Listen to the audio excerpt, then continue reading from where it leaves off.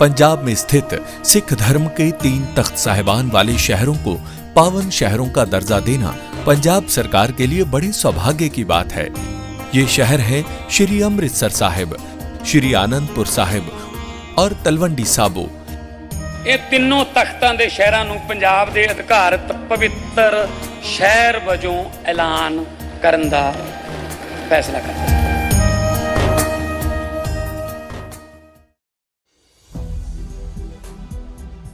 नमस्कार, आप देख रहे हैं 4 PM और मैं हूं आपके साथ सिमरन। दोस्तों, पश्चिम बंगाल में एक बार फिर से चुनाव आयोग को ज्ञानेश कुमार जी बुरी तरह से फंस गए हैं। एक और जहां अचानक नोटिस जारी होने से 2 बुजुर्गों की जान जाने के मामले को लेकर हंगामा मचा है, FIR तक नौबत आ गई है, तो दूसरी ओर खुद को बुरा फंसते देख बंगाल चुनाव आयोग न सिर्फ घुटनों पे आया है बल्कि टेक्निकल फॉल्ट के नाम पे अपने ही फैसले को पलट दिया है और ज्ञानेश कुमार पे FIR ना होने की दुहाई देने लगा है। कैसे 2 बुजुर्गों की जान के बाद FIR तक मामला पहुंचा है और कैसे चुनाव आयोग को अपने ही फैसले से पलटना पड़ा है, सब कुछ आपको अपने इस 8 मिनट की रिपोर्ट में बताने वाले हैं।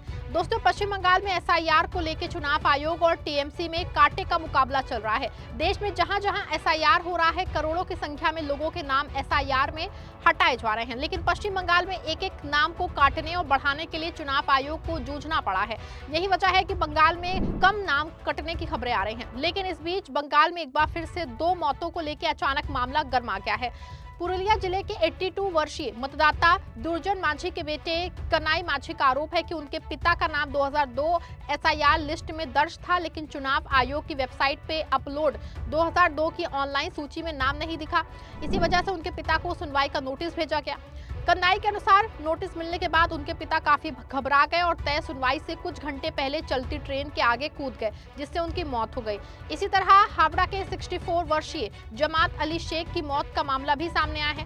उनके बेटे का आरोप है कि उनके पिता वैलिड वोटर थे, फिर भी उन्हें सुनवाई का नोटिस भेजा गया। परिवार का कहना है कि नोटिस के बाद वो मानसिक तनाव में आ गए और उसी दिन उनकी मौत हो गई। परिजनों ने CC और CO पे अधिकारों के दुरुपयोग का आरोप लगाते हुए उन्हें जिम्मेदार ठहराया है। आपको बता दें कि दोनों मामलों को लेकर थाने में शिकायत जो है वो हुई और इससे सिर्फ बंगाल के चुनाव अधिकारी का नहीं बल्कि सीधे ज्ञानेश कुमार पर भी FIR दर्ज करने की बात कही गई है। बता दें, जैसे ही इसकी जानकारी चुनाव आयोग के कार्यालय को हुई है, हड़कंप मच गया है और चुनाव आयोग ने आनंद फानंद में अपने एक फैसले को पलट दिया है।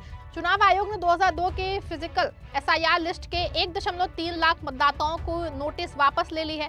चुनाव आयोग का कहना है कि ये नोटिस टेक्निकल फॉल्ट की वजह से जारी हो गए थे। अब इस फिजिकल SIR लिस्ट वाले मतदाताओं को आने की जरूरत नहीं है। लेकिन बड़ा सवाल ये है कि जब 2 बुजुर्गों की मौत हो गई, तभी क्यों चुनाव आयोग की नींद टूटी? क्या मौत से पहले ये टेक्निकल फॉल्ट नहीं पकड़ा जा सकता था?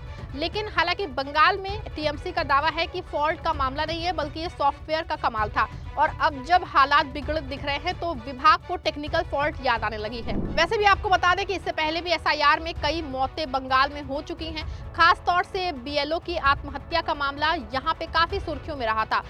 हराधन मंडल के एक बुजुर्ग जो बूथ लेवल ऑफिसर थे, उन्होंने सुसाइड नोट में लिखा कि SIR का काम इतना दबाव वाला था कि वो सहन नहीं कर पाए। वो रानी बांध इलाके के थे और सुसाइड नोट में साफ कहा कि चुनाव आयोग की जल्दबाजी और अव्यवस्थित प्रक्रिया ने उन्हें मौत की तरफ धकेल दिया।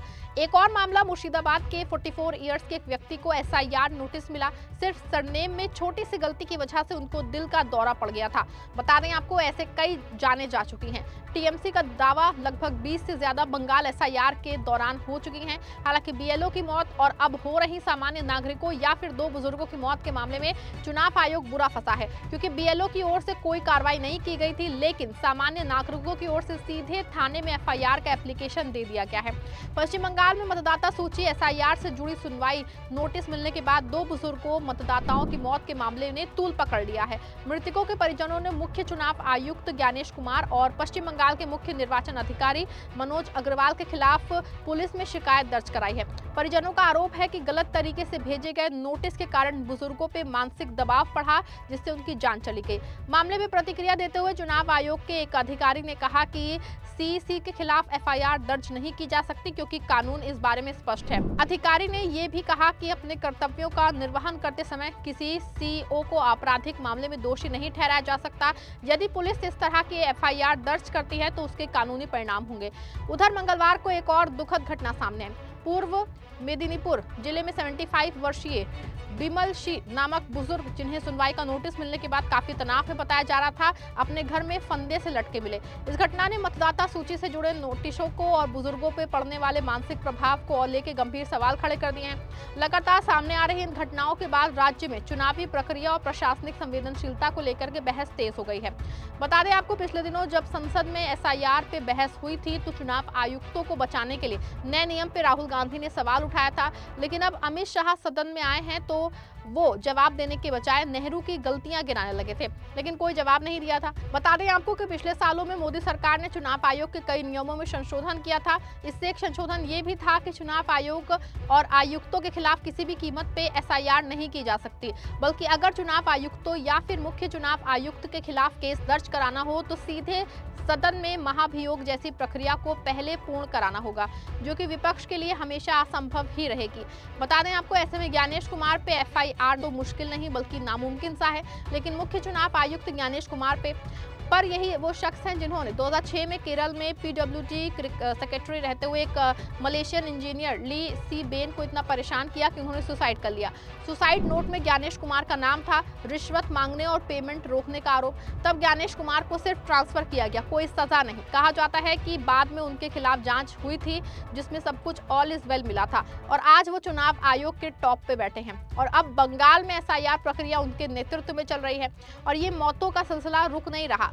टीएमसी से 40 से ज्यादा एसआईआर से जुड़ी मौतों का जिक्र किया, लेकिन ज्ञानेश कुमार ने कोई जवाब नहीं दिया है और अब नौबत एफआईआर तक आ चुकी है। ऐसे में भले से ही ज्ञानेश कुमार पे एफआईआर ना हो, लेकिन सवाल तो उठ ही रहे हैं कि जिस तरीके से अचानक चुनाव आयोग अपने फैसले पलट रहा है वो इस बात का सबूत है कहीं ना कहीं कुछ ना कुछ तो दाल में काला है। पहले चुनाव आयोग को 1.3 लाख बुजुर्गों के एसआईआर की फिजिकल लिस्ट के नाम ही नहीं मिल रहे थे। जैसे ही 2 बुजुर्गों की मौत हुई तुरंत ही वो लिस्ट मिल गई और तत्काल 1.3 लाख बुजुर्ग वोटर्स के लिए नई सूचना जारी कर दी गई। ऐसे में साफ है कुछ ना कुछ तो खेल बंगाल एसआईआर में किया जा रहा है। बुजुर्गों को पहले नोटिस जारी कर दी जाती है, फिर बता दिया जाता है कि टेक्निकल फॉल्ट। ऐसे में चुनाव आयोग और टीएमसी में जोर की लड़ाई चल रही है। पूरे मामले पे आप क्या सोचते हैं? अपनी राय कमेंट में जरूर लिखिएगा। खबर को लाइक और शेयर भी करिएगा।